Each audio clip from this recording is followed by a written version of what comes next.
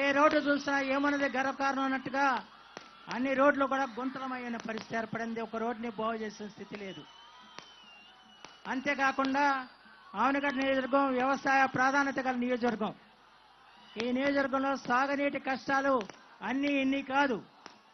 ఆ రోజున గత ప్రభుత్వ హయాంలో 45 బస్తాలు పండించుకున్న 5,000 ఎకరాల రైతులు ఈ 5 సంవత్సరాలుగా నీరు లేక పంట పండించుకోక బీడు పట్టిన పరిస్థితి వచ్చిన సంగతి మనందరూ కూడా గుర్తుంచుకోవాల్సిన అవసరం ఉంది.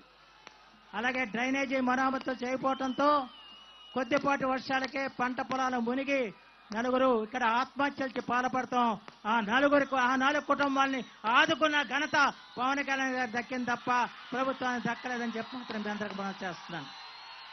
ఎవరైతే కౌలు రైతులు ఆత్మహత్యలు చేస్తున్నారో రాష్ట్ర వ్యాప్తంగా ఉన్న కౌలు రైతులందరికీ కూడా ఆర్థికంగా సహకారం అందించారు.